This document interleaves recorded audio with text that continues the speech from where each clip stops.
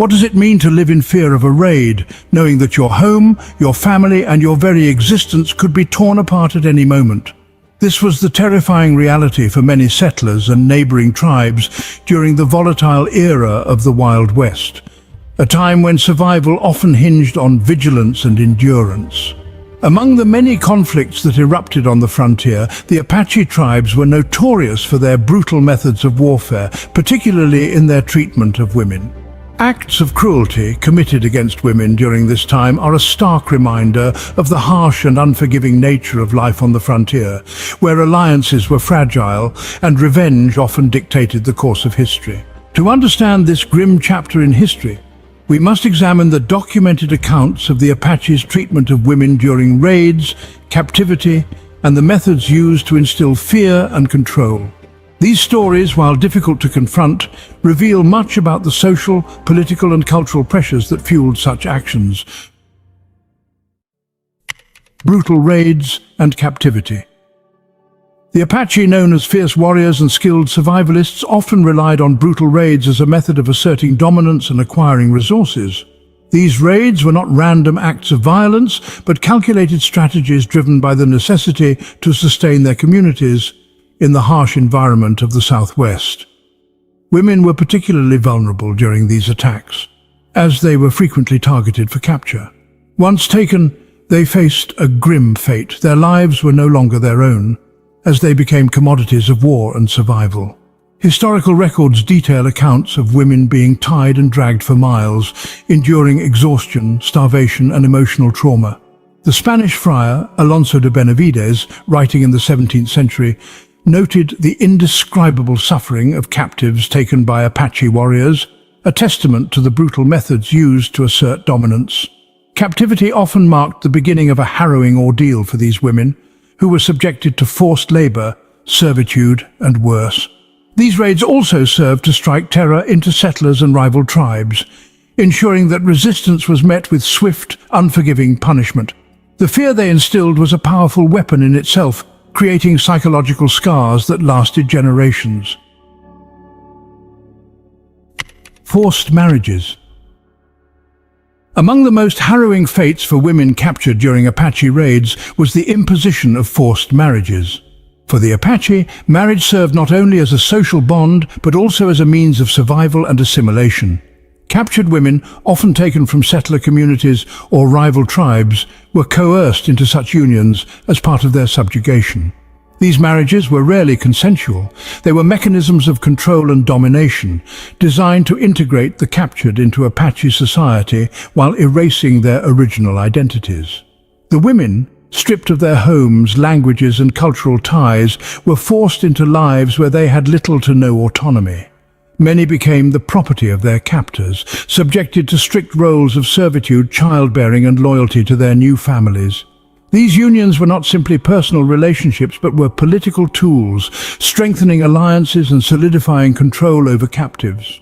The emotional and psychological toll of such marriages was immense. For women, it was not only a loss of freedom, but a total erasure of their former lives. This practice reflects the brutal realities of survival in the Wild West, where the concept of marriage could be distorted into a weapon of oppression.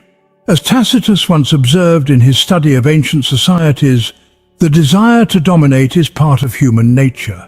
In the Apache context, this domination manifested through forced marriages that left women trapped in lives of imposed loyalty and deep suffering. Scalping as a warning. Scalping, a practice often associated with the Native American tribes of the Wild West, was as much a psychological weapon as a physical act of violence.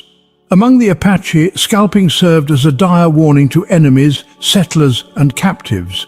It was not simply an act of brutality, but a statement of dominance, meant to instill fear and assert control over a territory. The scalps, often taken from the heads of women, were sometimes displayed as trophies or markers of victory. For those who witnessed such acts, the message was clear. To oppose the Apache was to risk an agonizing death and the permanent marking of one's loss. The origins of scalping within Apache culture remain complex. Anthropological evidence suggests it may have been adopted or adapted from earlier traditions of warfare among tribes or influenced by European practices. Herodotus, the ancient Greek historian, wrote about similar customs among Scythians, noting, "They make themselves cloaks from the scalps of their foes." While the context differed, the symbolic weight was universal, a visible reminder of conquest. In the Wild West, scalping transcended individual victims. It functioned as a tool to deter settlers from advancing into Apache lands, reinforcing the fear of their raids. Though historical records document its use, it's crucial to acknowledge the brutal reciprocity of violence during this time. Settlers, soldiers, and bounty hunters were known to scalp Native Americans in turn, often motivated by financial incentives or sheer revenge. The Apaches' use of scalping against women, however, represented an even darker layer of suffering, where women were both targeted as symbols of vulnerability and used to send a grim message to those who dared to challenge Apache dominance. Whipping and beating.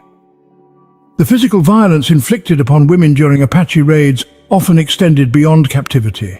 Whipping and beating were common methods used to enforce control, punish defiance, or break the spirits of captives.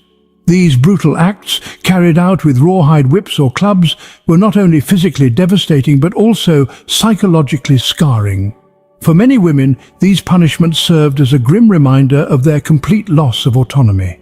Apache captors wielded such violence to assert dominance, ensuring compliance from those who might otherwise resist. Historical accounts of this practice often come from settlers and captives, who later documented their harrowing experiences.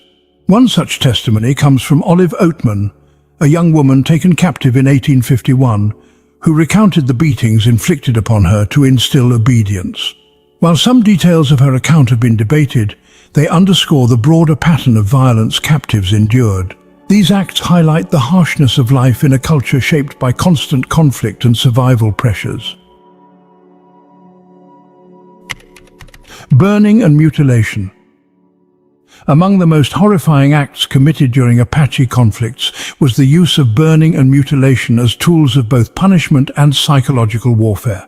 Captive women were often subjected to these brutal practices, either to instill fear or to send a clear, harrowing message to their enemies.